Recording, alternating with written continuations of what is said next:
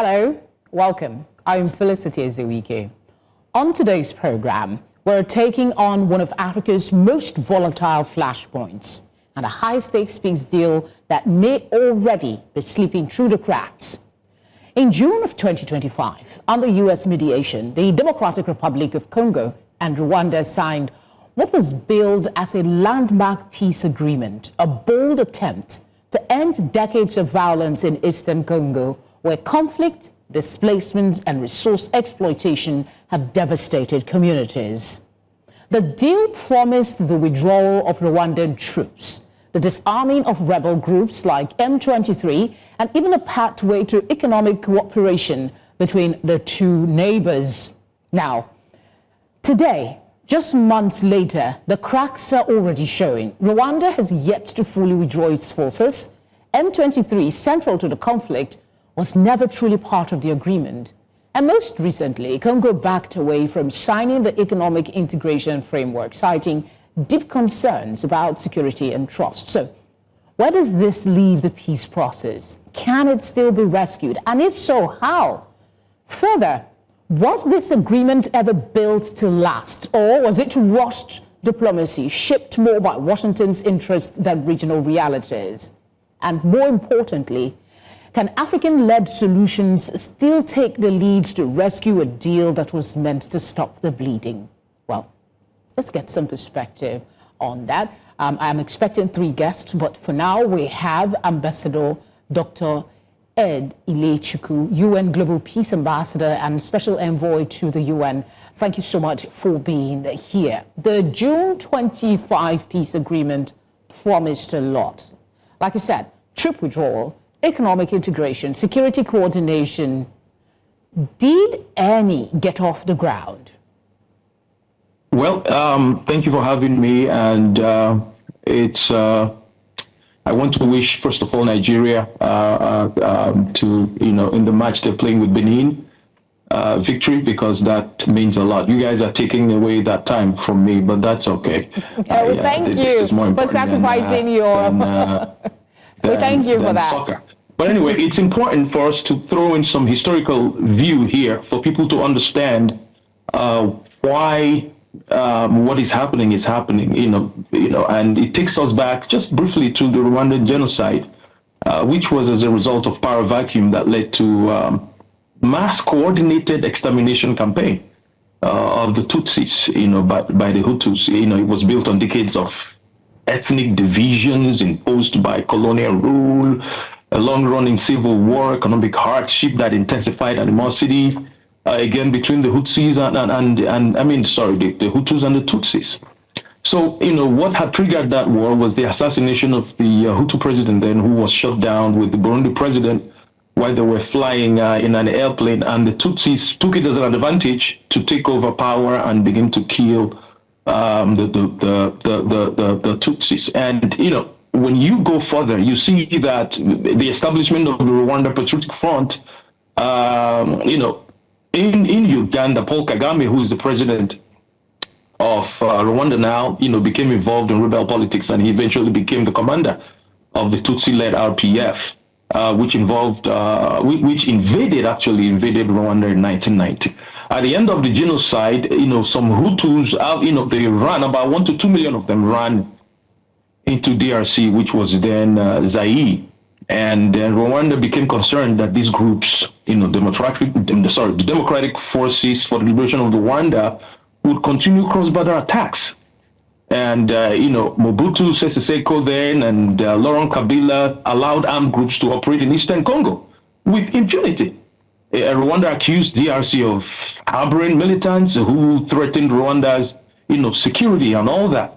So the FDLR had maintained bases in eastern DRC. Rwanda claims that DRC authorities have either been unable or unwilling to neutralize these forces.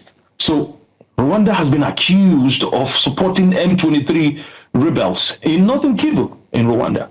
Rwanda denies this publicly, but the DRC government views these groups as people who can destabilize the East. So now, to your question, was something done? Is there something that moving forward? Is there something that actually moved forward? And here are some of the concrete steps and progresses that have been reported. First meeting of Joint Oversight Committee. Rwanda and DRC have held the first meeting of their joint oversight committees. The committee is supposed to oversee implementation, dispute resolution. Security measures were scheduled. The two countries agreed to begin certain security measures starting October 1st of 2025. Among these are operations to neutralize the FDLR, which is the Democratic Forces for the Liberation of Rwanda. And also it was a phased withdrawal of Rwandan troops between October 21st to 31st to 2025. There was also a draft agreement for collaboration on the mineral supply, chain reforms and attraction of foreign investment, which has been developed.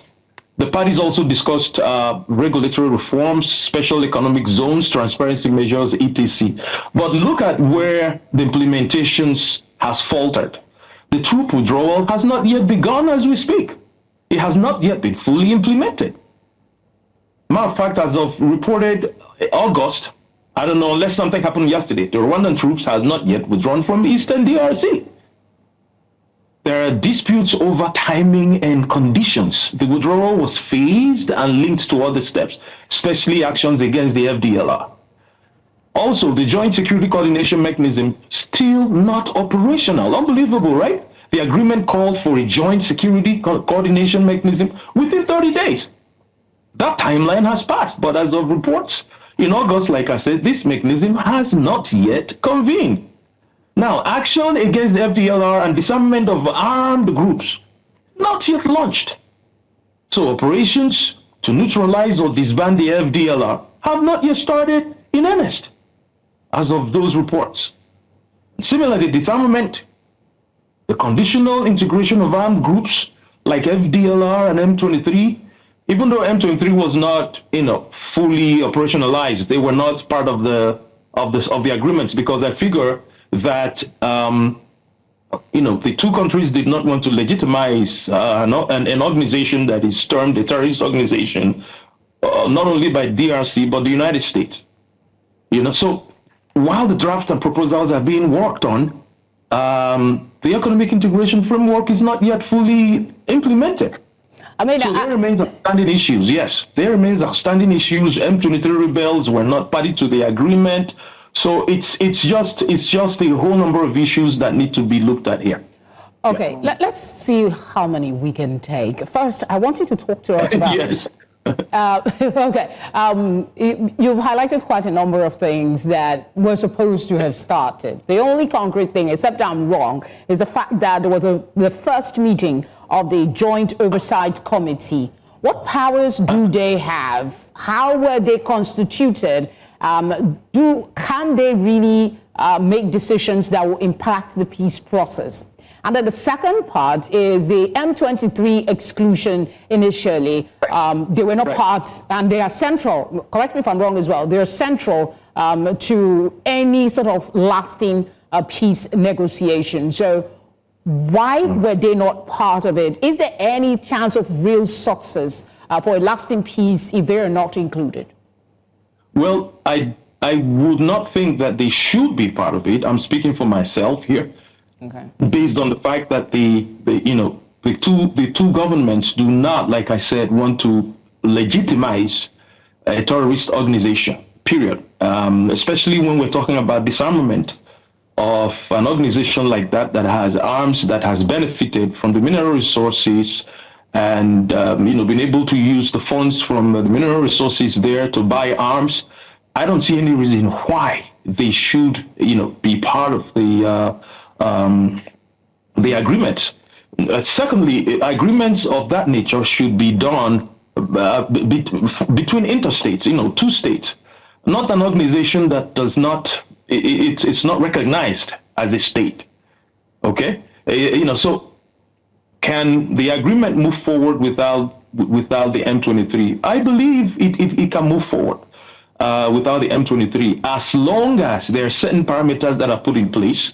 It's not just the United Nations or the United States, but the African Union definitely needs to arise.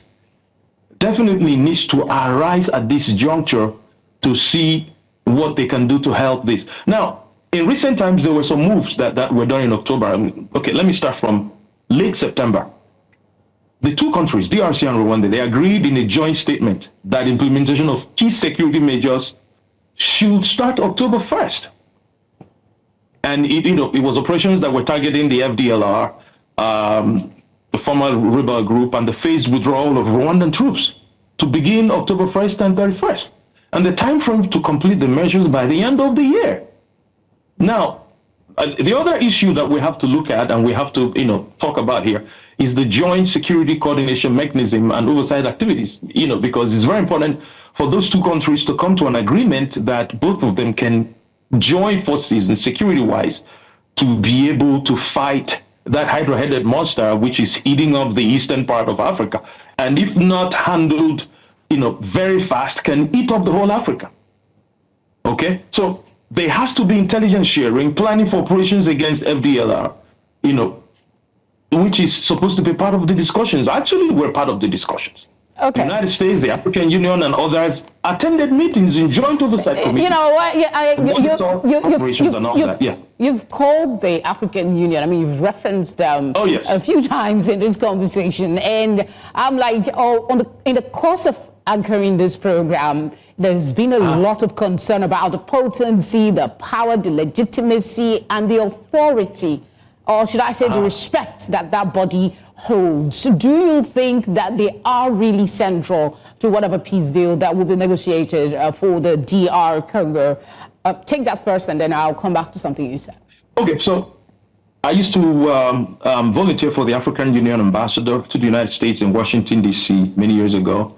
And that was when I began to see the loopholes and the weakness of the African Union, especially when I traveled abroad to represent the African Union, permanent representative to the United States. I traveled to different countries, Portugal and Armenia. And then I stand up and I say, hey, I represent 55 heads of state from Africa, and I make my statement. And people just stand up and say, we don't do business with Africa because Africa is closed for business. That was one of the things that made me realize how the West sees the African continent and the African Union. Okay, so they don't recognize the African Union, period, as a formidable force like the European Union.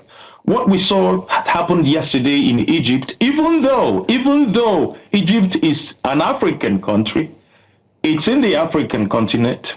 Mr. President El-Sisi is an African president, but he was able to garner up support for the Palestinians and bring the whole Europe together. As far as I'm concerned, what happened yesterday was Africa mitigating and bringing the world together to sustain peace in Palestine. If an African president, an African country can be able to do that for a country, Palestine, that is not even part of the African continent, what are we doing? The African Union should... what you're saying raises... And be able to look at that and say, wow, this is an eye-opener here and we can do a lot. But before you ask the next question, I think I can give them ideas if they don't know what to do. They can establish AU verifications. It's not for a dead, Ambassador, it's not for a debt of ideas, like you rightly know. It's not. Yes. I think it has, there is so much. I don't want us to make this conversation about the African Union, but of course we know that there are so much constraint, and you've rightly pointed out that the world does not seem to recognize them. But I'm curious about your submission as to what was Africa did to bring peace to the world. And it reminds me of something that my late grandma used to say, angel on the streets and seeming devil at home. Can't we bring that ingenuity to addressing the situation at home, particularly in the DRC as we currently have? And do you think perhaps we have what it takes? Let's take that first, and then we'll go back to some of the issues you raised. Listen, it's unfortunate that I make the statement I'm going to make now. What is playing out in DRC is deeper than what the eyes can see. I'm going to tell you that right now. And I believe it was UNESCO that said something that they said if wars start in the minds of men, and I'm paraphrasing now, men can come together in their minds and be able to do something about peace. Because before a war starts, a couple of men like you and I come together in a room and decide to go forward with war. So, like I said, what is playing out there, it encompasses a lot of things. It has a lot of tentacles and branches.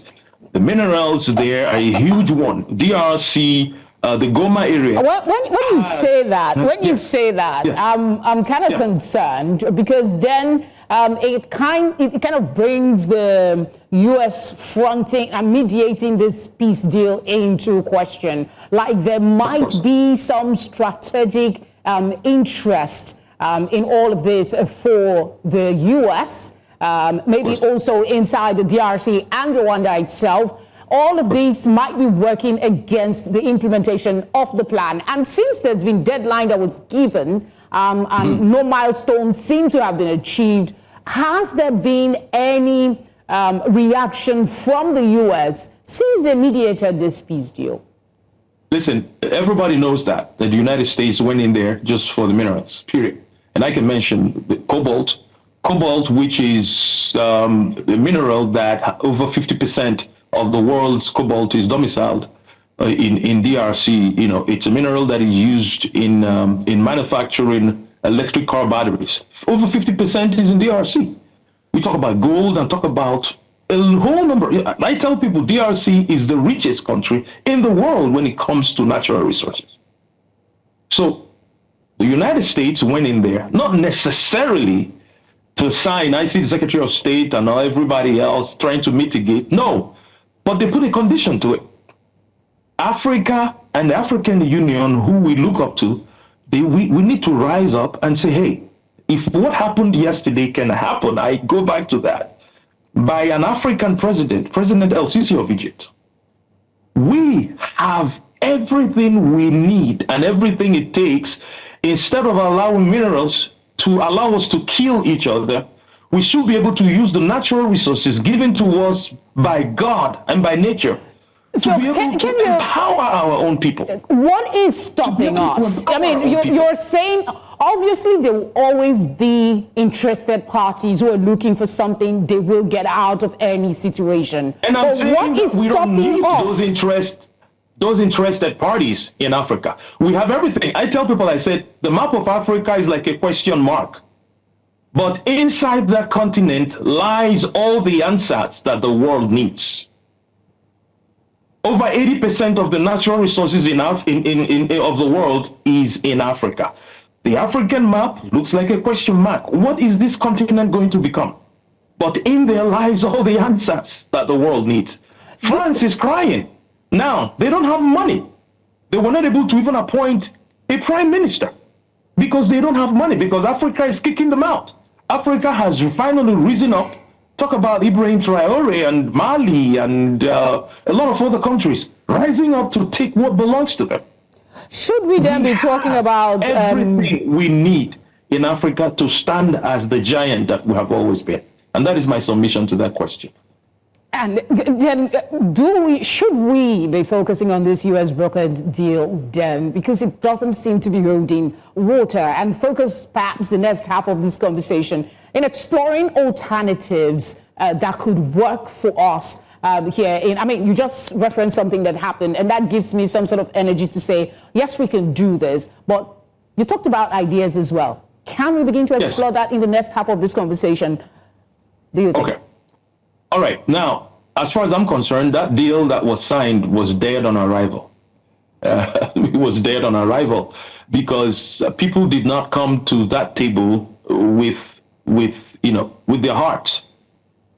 They had ulterior motives, as we say. They were not interested in the peace deal. As you and I can see how things have turned out. There is no military presence of American military or whoever in there to make sure that this war comes to an end. Instead, they are there to protect the minerals. But anyway, I don't want to go into politics deeply because I still live in the United States. So But ideas for the AU, I have to go back to the AU because I know they're listening. The AU needs to stand up and establish African Union verification and compliance missions. I'm going to run through this very fast. They need to invoke the PSC mechanisms. And if I have time, I can go back to that. Coordinate external Can you take that again? African verification. The one coordinating the US. Ambassador, sorry to interject. Can you take that again? Sorry to drag you back. You said African verification something, that we need to set that up? The African Union needs to establish an African Union verification and compliance mission. Rwanda and DRC, the last time I checked, are African countries, and they all are part of the African Union. If the African Union leadership demands compliance by sending a compliance mission to the leaders of these countries, and they put their foot on the ground and also be in position to to be able to do some kind of verification to see that these compliances are not left out and all that. I think people are going to sit up. If the African Union says, if you don't do this, here is the condition. If you don't do this, here is the condition. Okay. Not to puncture yes. what you're saying. I'm not being a skeptic, to be honest. I really want us to move forward. But then again, you look at the body you seem to have so much faith in, the African Union. Do they actually have any authority? We've seen what happened before now, when we still have military rules in the African continent, and the AU has not been able to do much. So how do you really think that even if they come up with this African verification and compliance mission, that, anything will be binding for the countries that will do it? Because do they really have the powers? That's where my concern is. By law, they do have the power. I believe so much in the African Union. But we as young people in Africa, the African continent has more young people than any other age in question. So it's every other person believes in Africa except us Africans. Okay? Now, we have to know and understand how to engage the African Union in reminding them that they are the African Union, period. In a few weeks, I'm going to be at the European Union to discuss certain things about Africa. And they all come together as a front to present Europe as a very strategically positioned union. What they say, every country abides by it. Okay. So the African Union president and the African Union leadership has to come to that point where they would say, listen, it is either the leaders of the different African countries come together and listen under one roof and come out with one proposal. Is either we do that or the world is not ready to listen to us. Period. Okay, let me take a more proactive... I'm not saying they've not been trying to do that, but it's high time for them to put their foot on the ground and say enough is enough. Things are going the wrong way. Look at what is happening in DRC. Exactly, and that's at the heart of our conversation today. Let me not sound like a pessimist. Let me ask this in terms of collaboration. Is there a way we can have African Union and other regional blocs like the EAC, SADC, ICP, come together, bond together to strengthen their power in order to have some sort of real influence in the decisions that impacts the peace process? Well, the Rwanda and DRC are both part of the EAC.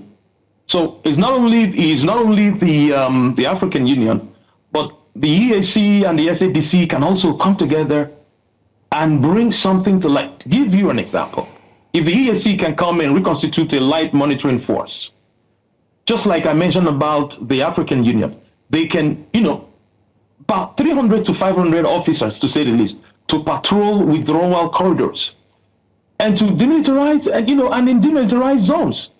It could be funded by the African Union Peace Fund. We have all these things in place. They can harmonize security protocols. Through the EAC Secretariat, they could push for a joint border security code and intelligence sharing database. These are very critical for everybody and all these organizations you just mentioned to come together. And why does SADC matter? Because the DRC is also a part of SADC. And the SADC troops already operate in Eastern Congo. I'm not sure if you're aware of that. Rwanda is not an SADC member, but it gives the bloc relative neutrality and credibility for enforcement. So what can they do? They can embed SAMI DRC within the peace framework. They could coordinate with the AU and EAC to prevent overlap and friendly fire risks. That's number one. Number two, they could provide political cover for Kinshasa. The SADC can they can backstop DRC's concerns by ensuring it's not pressured to accept security steps without guarantees. There has to be guarantees coming from every quarter. They can also create parallel track 2 dialogue. Okay. You know, as an ambassador, what we believe in is diplomacy and peace. And I'm a global peace ambassador. There is nothing that is better than peace. Totally agree with you on that score. 1,000 people can come into a room and craft a way to have peace. If all of them can agree in one room, then peace can be reached. I mean, no matter the intensity of the conflict, and the fighting. That is what I'm rooting for. You're correct, sir. No matter the intensity of the conflict, you still all come to the table. We'll go on a short break, and when we come back, I want to explore something you said earlier in regards to legitimizing terrorist group and how we can look, because they're central to some of these conversations, and we have to find a way to deal with them. We'll explore that on the other side of this conversation. Do stay with us.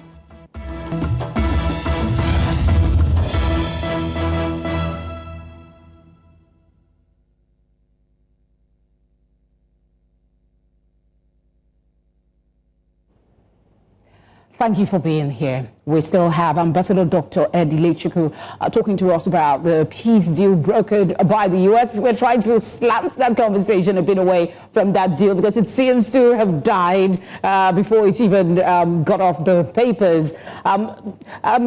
Ambassador, in the course of this conversation, you talked about two governments not wanting to legitimize terrorist group. And I wanted you to explain that a little bit more. Explain to us what that means and what alternatives there are to getting these groups to the dialogue table for us to begin the peace process. Me again.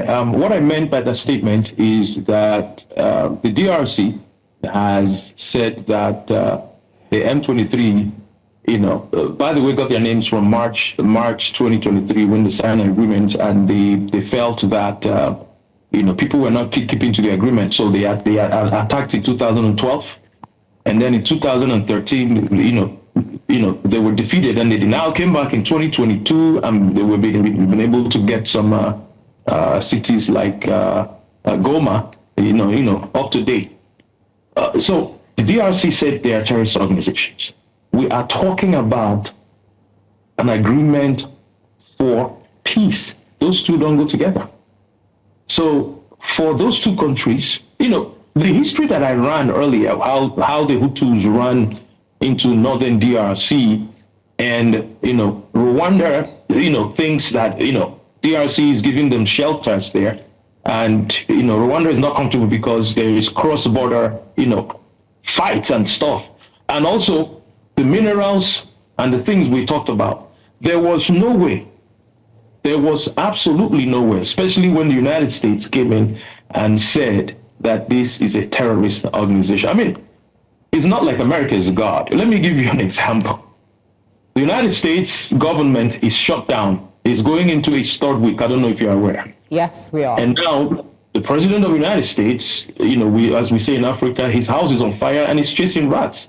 He left the United States and flew into Africa to help for a so-called peace for, the Palestinians and stuff. There has to be something that is driving the United States to leave their home country and go to another country, all in the name of peace. If you had watched CNN yesterday, they were saying Donald Trump has a very good international, policy, like he was the one that should take the credit. The person that should take the credit is President El-Sisi and Africa and Egypt, not President Donald Trump. He didn't do much. El-Sisi traveled, brought the president of Turkey and all these, Middle Eastern countries together, and they had an agreement. Okay, so there was no way those two countries would, recognize and legitimize a terrorist organization who have refused disarmament based on their own understanding of the fact, the M23 is still there trying to cause trouble and all that. The FDLR or whatever it is called, you understand? So the only way there has to be peace is for everybody to go back to the drawing board with the leadership of the African Union to realize and recognize that what happened yesterday was a shame to them. It was a big shame. It took only one country, Egypt, to be able to bring peace to the Palestinian people.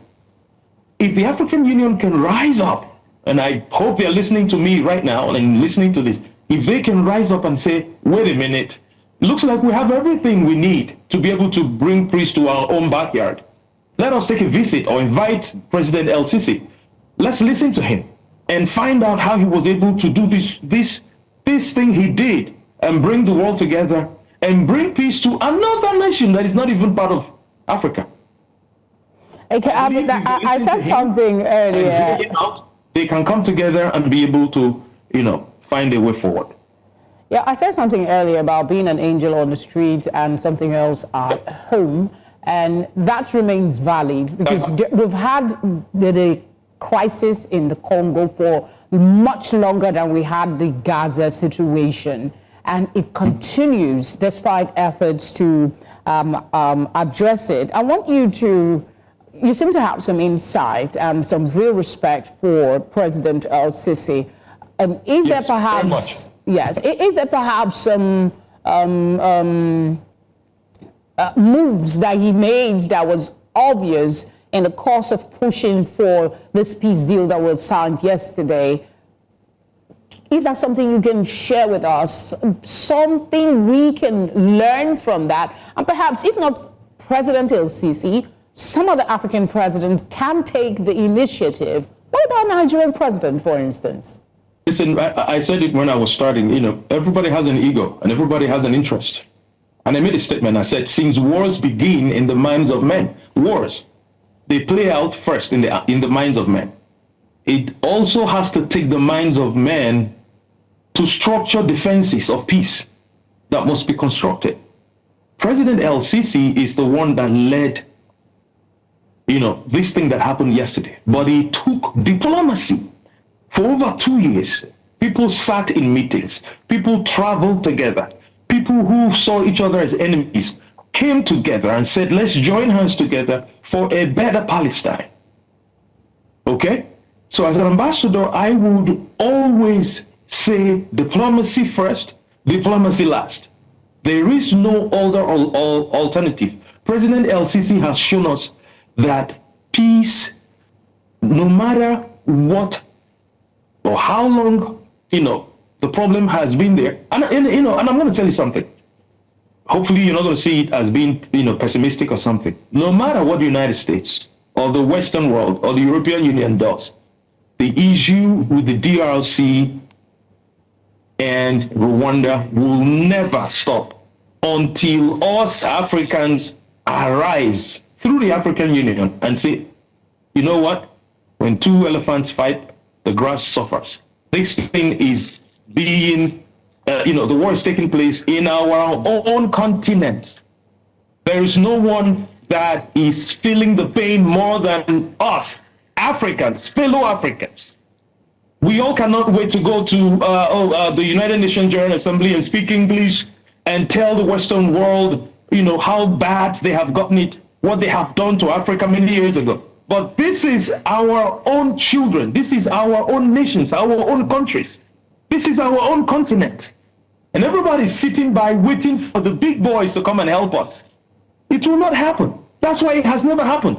Donald Trump was saying this is something that has lasted for 3 years.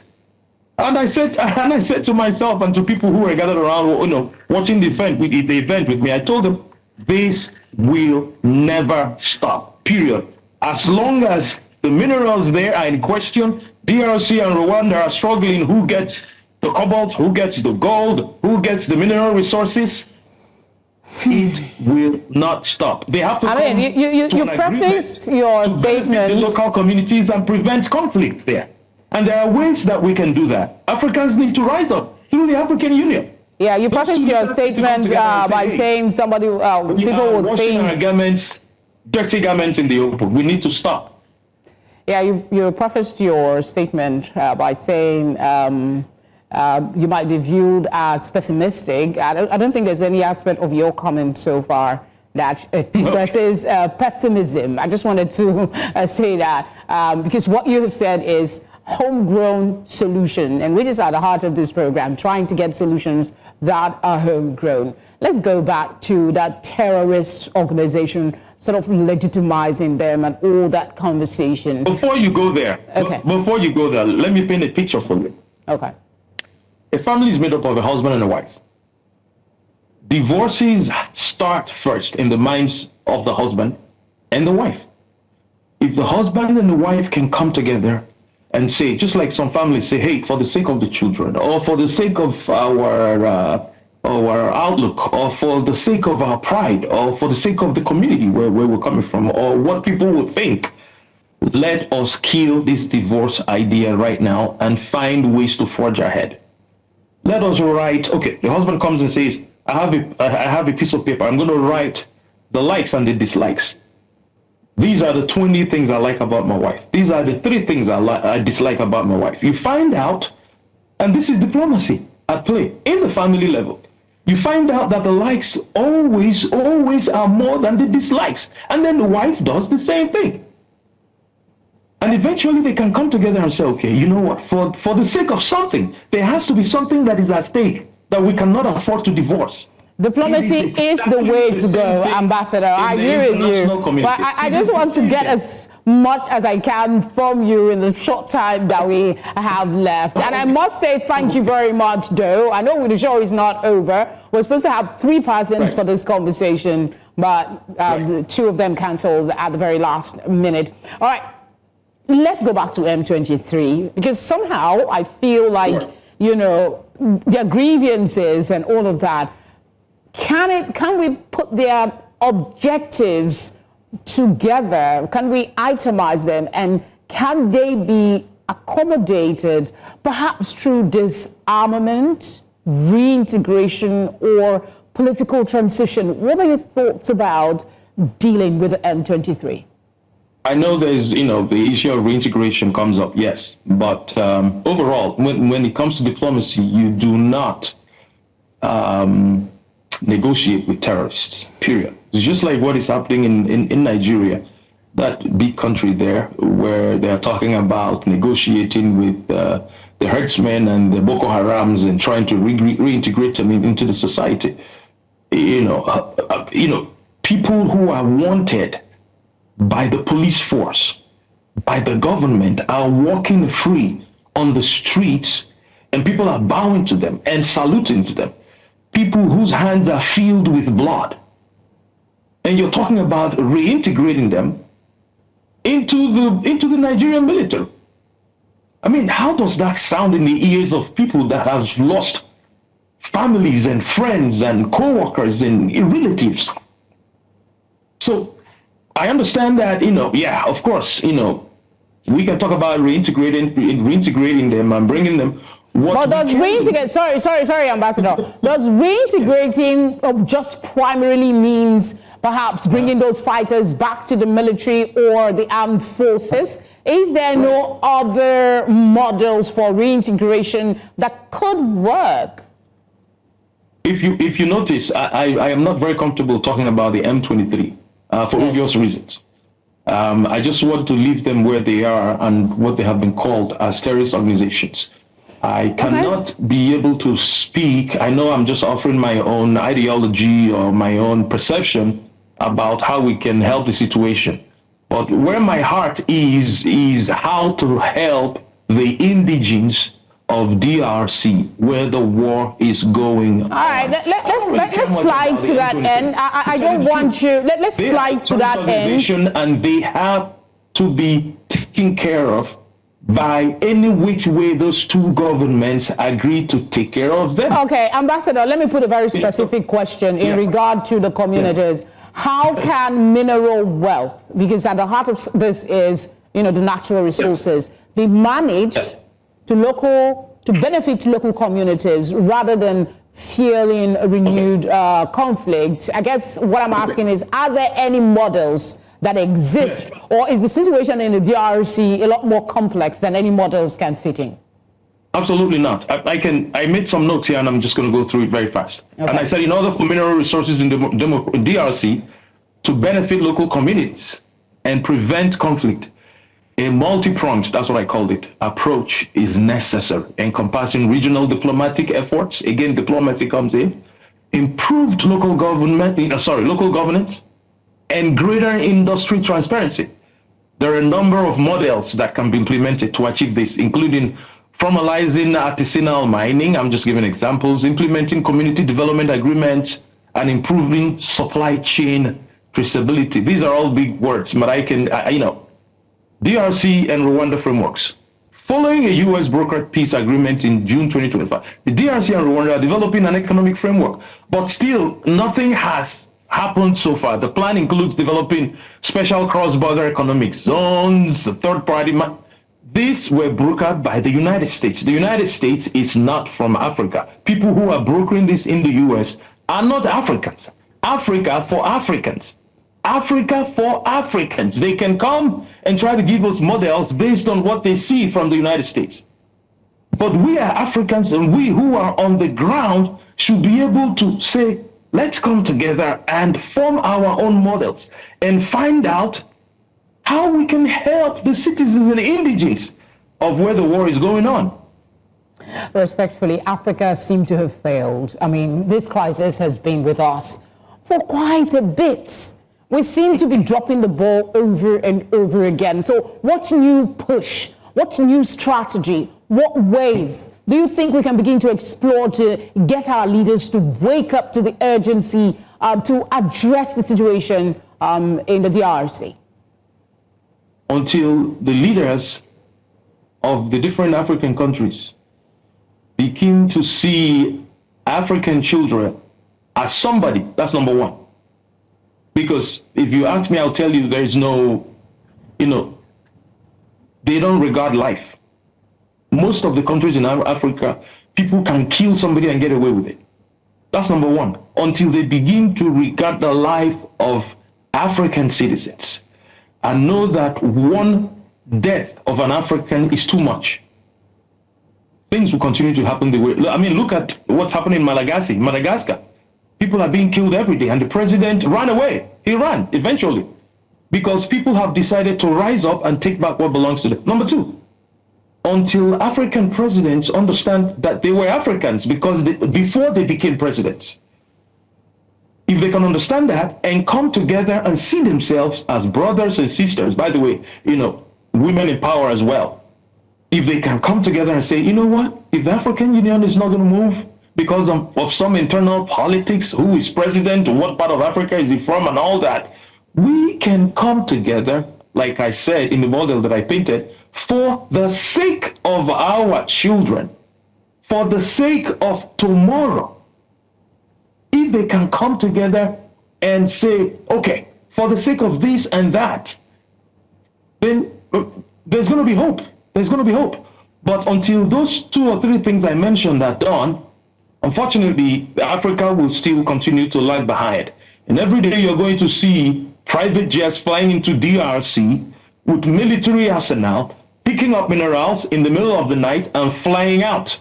You're going to be seeing private jets flying into South Africa, giving the briberies to whoever they can bribe, and pick up our minerals and fly out. And come out in the Western world and still tell you that Africa is closed for business. Okay, I wrote this down as you were talking, so I'm just going to read it. Are there any part, like it or not, the U.S. deal is what is on the ground? Is there any other deal on the table, any agreement that has been signed as to this? So it's on that premise that I'm thinking, are there any part of the U.S.-led peace deal that could work within an Africa-led model? But take it from me, no. As long as it's being promulgated by the United States, it's not going to work. Why? Because they have their own interests, which is the minerals there, the mineral resources. Okay? African presidents and African leaders, when they come together, their interest is not necessarily the minerals. Okay? People are being killed and buried on the same land that has minerals. The land is not going anywhere, but people are going. People are dying. So I don't think, based on what I said, because of the interests of the Western world, that any of the models that they instigated or that they put forward as a plan would work. I don't think it's going to work. You cannot, you can force food down a baby's throat, right? But you cannot force food down an adult's throat, because they will rise up and fight with every energy, especially when they find out that you're trying to force that food down their throat while you're collecting their clothes, while you're collecting their animals, while you're collecting their homes, while you're collecting all that. It's never going to work. And these men, Paul Kagame and Tshisekedi, I think they are men enough to come together and say, we have been doing this for so many years. And we have run to the Western world, and they have not been able to help us. The situation is getting worse. What we need to do is to come together and face the fact and say, let us go back to the drawing board. We are brothers. It's for our children. None of those men are going to be here with us in the next 40 or 50 years. Some other people are going to take over. What are we going to leave behind for our children? Are we leaving the continent? Are we leaving the country better than we met it? Until people begin to think in that manner, nothing is going to change for the better. Okay, if you were advising the DRC, Rwanda, and other regional actors today, what are two priority moves that you would insist they take in the next 30 days to kick off a process? Because all the deadline in the first deal has failed. Let's assume that this effort is being led, like you've pushed for, by the AU.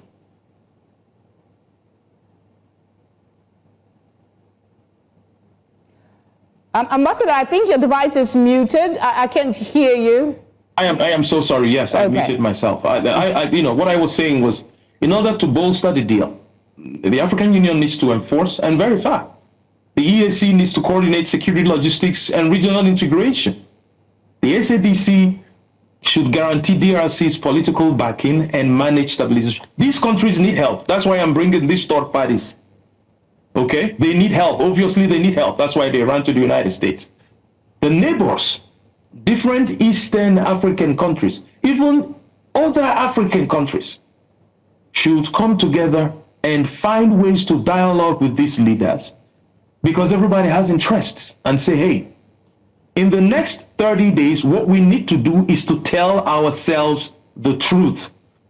The minerals belong to us. If we do not let someone come in here and grab our minerals and run and leave us in the situation we have found ourselves, they won't come. And it's been proven by Ibrahim Traore and a couple of other presidents in Africa. So DRC and Rwanda come together and say, listen, this is a divide and rule thing. Ambassador, I'm sorry to you, but there's a part. We need to come together Ambassador, to that immediately. Ambassador, there's a part to this conversation that I don't think you've touched on quickly, and that is, these people cannot come in and succeed without some sort of consent or collaboration from the people within. So when you speak about those people coming in to take our mineral resources, what about the people who are aiding their intrusion into our, so inside, what should we be doing to revamp our sense of, I want to be better than the next person, the greed that fuels this situation?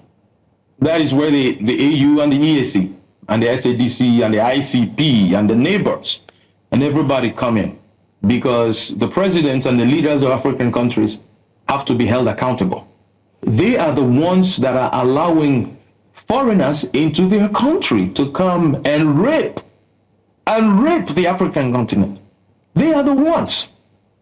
So this is where the African Union needs to come in and say, okay, we are monitoring, we are verifying, we are watching, and there has to be consequences.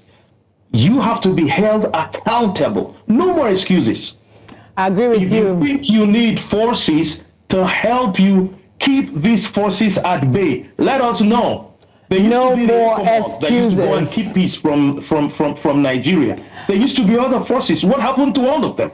All of Ambassador them have not been bothered by the Western world. I think that's There are still sane minds that can come together and say, hey, that is a good spot to leave it. I mean, no more excuses. I hope that they're listening. Thank you so much for obliging us this evening. We appreciate your time and the insights you've provided to this conversation. Thank you. Thank you very much for having me. Thank you.